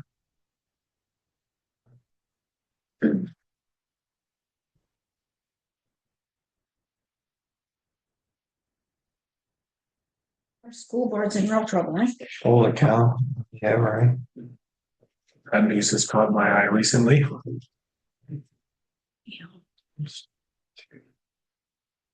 Okay. Okay, we're down through correspondence. I would suggest we take a break.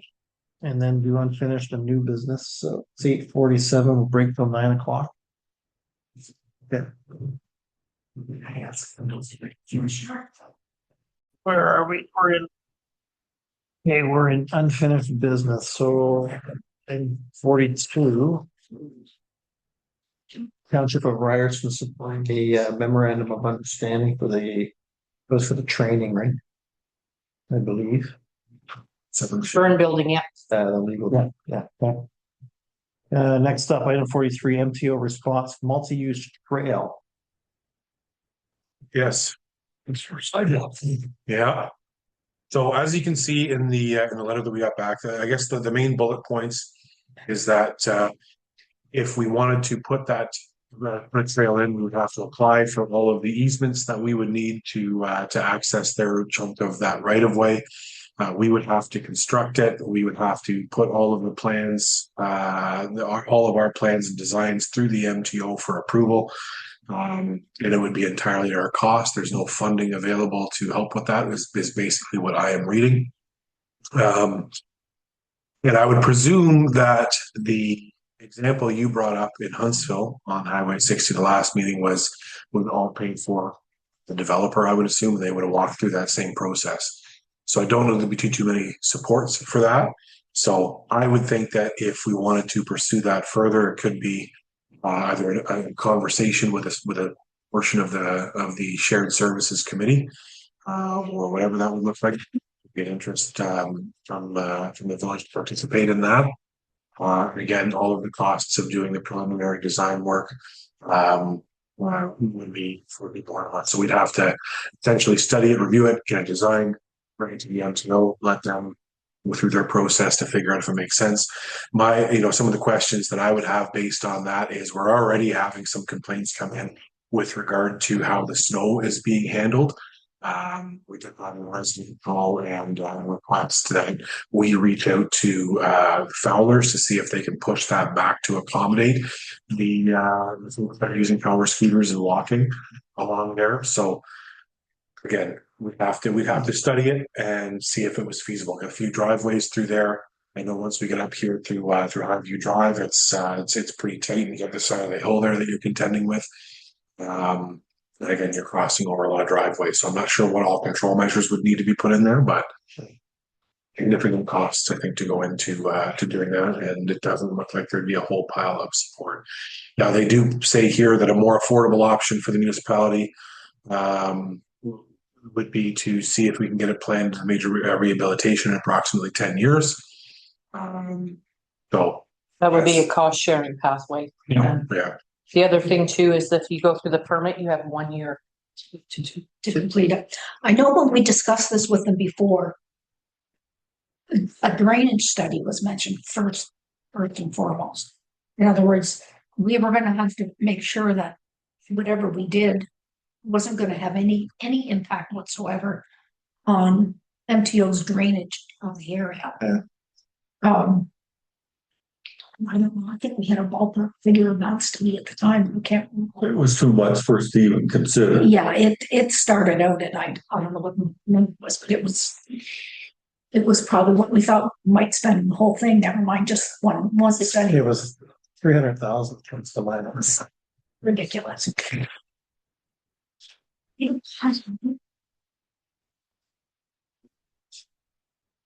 Well, you have a resolution for it.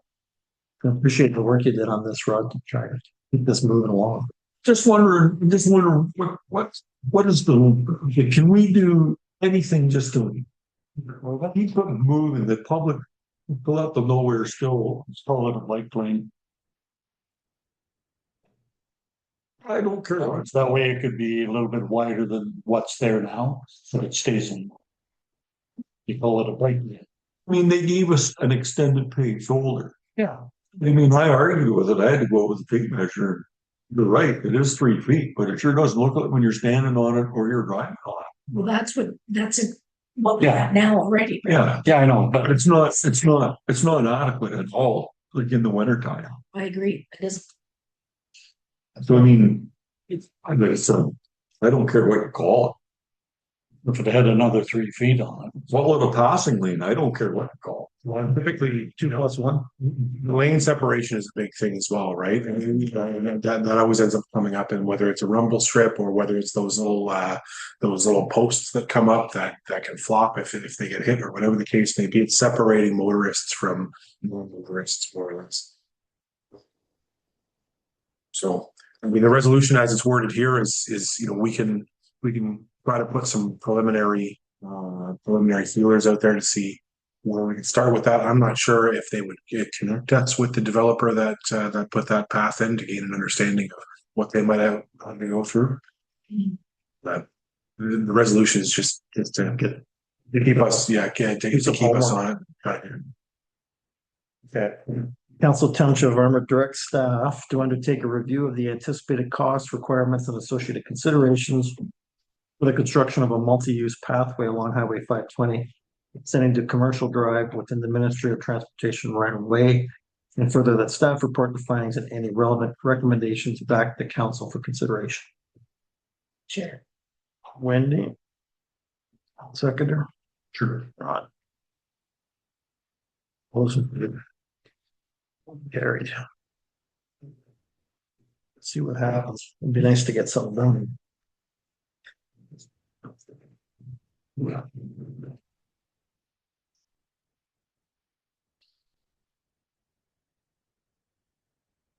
Next up, 44, public submission, power bank will be zoning bylaw amendment application.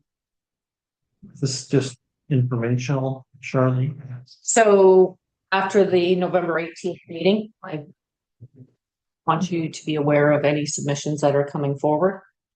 Because the January 13th meeting will not include those. You'll have your delegations and then the bylaws presented, so. So these are things that have come in since the meeting. Since the meeting. Now, I imagine that there'll be more coming in. They will be included in the January 13th meeting, but you'll be reviewing them before the actual meeting. So they'll fall after the bylaw section in your agenda package for the 13th. But to be aware. Since it's listed in our agenda package, I urge caution when reading through the Kickley stuff. Maggie Hopron, she's an activist. Let's just put it that way. This was an interesting read. But when I read through this, when it came to things municipalities should do, we've done 90% of them right now. They have a habit of making the statement that small municipalities basically don't know what they're doing, and that's why they get targeted. Yeah. We'll take a little offense to that.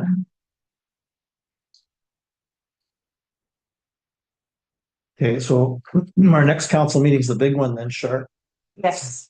Yes, the 13th, and it's your first meeting of the year. It's going to be at the Katrina Community Center. It won't be here. Because I anticipate that there's going to be quite a few people there. Yeah, okay. And set up a delegation. Sam will be coming in as a delegation, and I believe Power Bank as well. Their planner will also be a delegation. So Power Bank presumably will respond to the things that were brought up in the public meeting. I imagine so. It'll be included in the planner's report. If not, I'm not in the office, but if something was to come across my email after January 2nd, then I'll post it online for them. So what exactly is council doing at that meeting, or is that we're making a decision? Yes. Yes, so On the zoning application? in the official plan. The official plan. So Sam will be coming in as a delegation, and Power Bank will have their delegation. And once you get to the bylaws, they'll be presented to you, and that's where you will pass them, fill them, defeat them, whatever you decide to do. What's that? I will not be there. What was that? I'm in Vegas? I didn't realize the dates at all until I got the agenda and I was looking, I was like, cool. We're leaving on the 11th. Lucky you. You'll be able to zoom in. I was wondering about that. Yeah. Good. At least you'll be able to hear what's going on.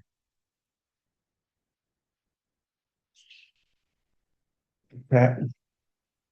That was 4445. So this is the MMAH proposal to transfer authority for on-site sewage systems. Armour Township. So, sorry, Dave, you were mentioning before about getting comments. Oh, it's January 22nd. Getting comments about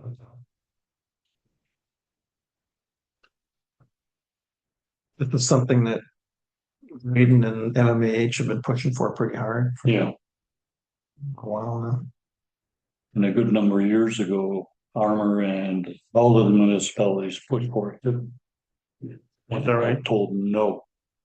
And that's when they set up North Bay Ottawa. Oh, okay.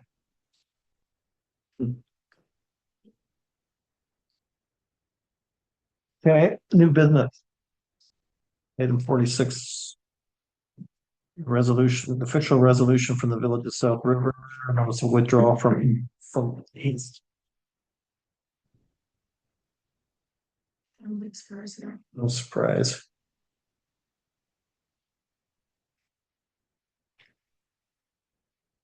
Disappointing. Yeah, I noticed there's no picks for yays or nays here at all. no, they didn't record it, I guess. Maybe things will change in Maybe. October. So. Okay, next up we have groundskeeper contract amendment, the Watt Farmhouse Heritage Center Hayfield. So there are a couple of, is there two quotes here, right? Yes, there's two quotes and there's two resolutions to choose from. One, which is just strictly the monthly brush hogging. And the other one is monthly brush hogging plus 2 finish mowings per month. So if you want a more manicured lawn cutting, otherwise it will just be the once a month. Yeah. So, questions? We want to read in here. Yeah, let me read it in a moment. Well, actually, we have to choose between two, so let's ask our questions and then we can. So what are we doing now? Nothing. It was a property standard complaint that came through because it wasn't cut before. It was a Watt family member that was cutting it. It's cutting it and using hay. Yeah, and there was concerns. There was no insurance and No permission. no permission. Told us not to do it, and yeah. So when it was cut this past summer, a little more was cut initially. If you recall, the staff or the quote came at quoting 4.5 acres. Property itself is only 3 and a bit. 3.5. Doing the neighbors. So that was clarified and the quote was revised to reflect, there were 2 quotes. Dylan's was 300, which was the cheaper between the two. And he's offering as well 400 per month for 2 finish mowings. And gets into the specifics of that as well. This isn't the lawn though. This is the field. That's behind the property that runs Yeah. like Bill and Sheila's place behind. It's where the hay was cut. Right along the, pretty well the fence line where the solar farm is behind by the barn and whatnot. So based on the 2 quotes, Hamilton and Sons is the cheaper. And the 2 options are identical, except one includes the additional 400 per month to finish the mowing of the Watt Century hayfield. Mhm. Okay.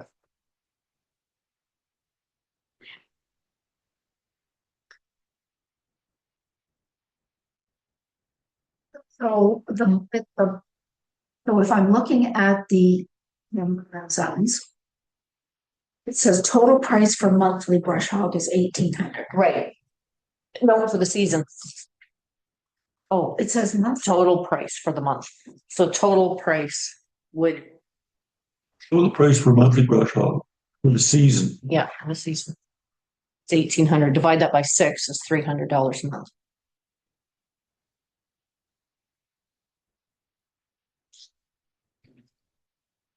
So here it says, please quote the job according to the required duties. The quote should include total contract work between May and October. So that's what that total price is? Yeah, for May and October, but I broke it down for monthly for you so that you could see. Okay, so it's $1,800 basically from May to October. Yeah. Or $400. And then $400 is the finish. Okay, so that's over and above. Yes. Okay, sorry. Yeah. I was just. In the contract, it gets into the specifics. So the finish mowing would be like down, I think it's 4-inch cut. Okay, and before it was just the hay was taken off twice or once? Twice a year. Twice a year, okay. But it would be obviously quite high. Yeah.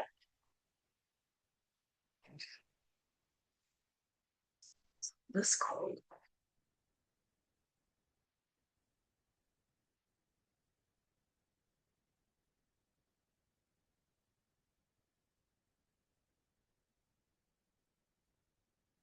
$450 difference on the showing. Yeah. And the monthly cost is cheaper for Dillon's as well. Yeah. Okay, I understand them now. So do we want to move ahead with the resolution to include the 400 per month? I didn't. No, don't want that. No, I think we should just have it maintained from May to October without the finish. It's an hayfield. I don't. We don't need information. I don't think a brush hog is good enough. Okay, so I'll read that resolution in. Council Township of Armour accept the groundskeeper contract amendments and that council award the contract addition for the 2026 season, May to October. Hamilton and Sons property maintenance for an increased tender price of $300 plus HST per month. Brush hogging the Watt Century Farmhouse Heritage Center's hayfield. Furthermore, that this contract be exempt from the requirements of the procurement bylaw.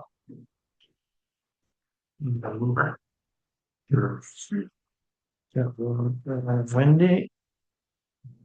Any other questions? All those in favor? Carried. Okay. Script down.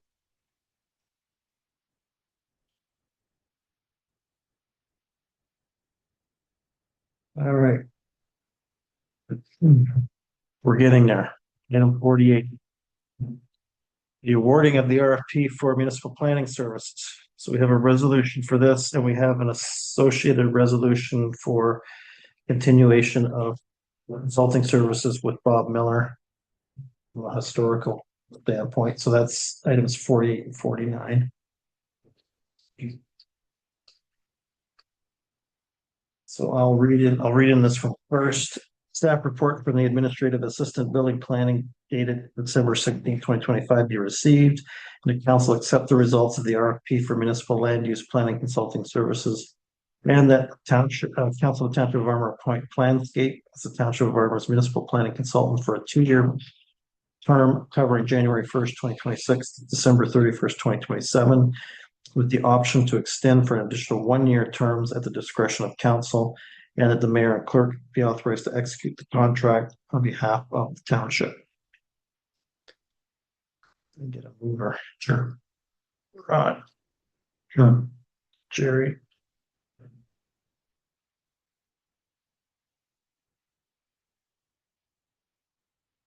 Full results of the summary of the costs. There were 14 different planners that sent in responses. And then the full Planscape responses in there as well.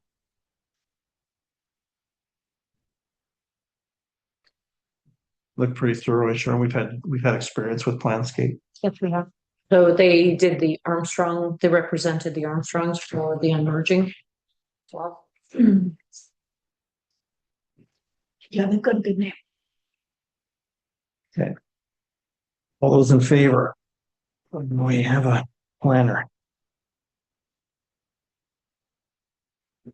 And then under item 49, the staff report for the administrative assistant building planning and clerk dated December 16, 2025, be received and the council formally recognize the longstanding service and contributions of Robert J. Miller to the township's planning functions, and that the council of Township of Armour authorize the clerk to retain Robert J. Miller on an as-needed consulting basis for matters requiring historical knowledge or follow-up on previous and complex files.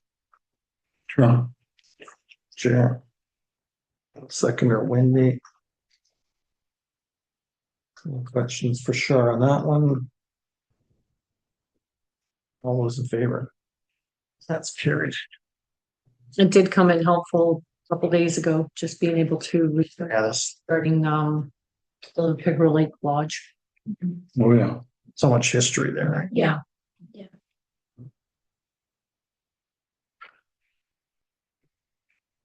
Okay.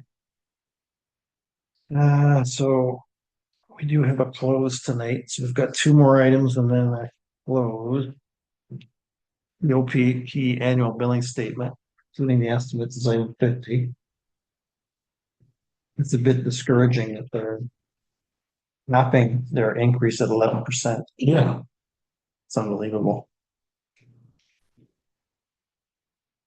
Yeah, when they first introduced the fact that they wanted municipalities to weigh in and start paying OPP costs. There still is that workbook, I'm sure that we get, that shows all what makes up the money we get back from the province and what it's supposed to cover all. I would be challenged to think that we're getting anywhere near. It doesn't line up anymore. No. And I don't know if it ever did, but it sure as heck I don't think it runs it these days, like. And the downloading just continues. It's Gonna be an interesting budget discussion, because we're getting hammered in many different directions. and we are, yeah, It's a good thing our assessments did go up. yeah. It's gonna be. That's why I mentioned the rubber tire, spare 50 grand. Well, yeah, Might have to borrow one or Rent one or this year. it's tough because that equipment, I know we need it, but it's, Yeah, but it comes down to, we haven't used the other one that much. well, we're not using it because it's not the right piece of equipment. Well, they used it this summer, Yeah, but it's long overdue for. Yeah. And there are things that are discretionary and other things that just aren't, like, it's not like we can escape the OPP bill. No, it's no. costs that it's the health unit and Yeah. it's, Okay, lastly, we have the office holiday closure notice of December 24th through January 1st. And now we get to go into closed. We did okay, though. We got through that part before 9:30, which kind of surprised me. Trust. I'm sure they're missing somebody. Whenever you're missing somebody, you work your head. Hey, Council of Township of Armour hereby move into closed session. 9:23. That's for section 2392B of the municipal act to discuss personal matters of an identifiable individual, including municipal or local board employees. Mover. Seconder. Wendy. All those in favor? I don't know. Imagine there's anybody out there anymore. Okay, we are back in the regular meeting and we are closing things out. Council Township of Armour adjourns this regular council meeting at 9:45 p.m. So the next regular council meeting is scheduled for January 13th, 2026, or at the call of the mayor or clerk. Wendy? sure. Jerry, then Wendy, all It's those, normally Dorothy's. yeah. Jerry, You said 9:45, right? 9:75. We are done.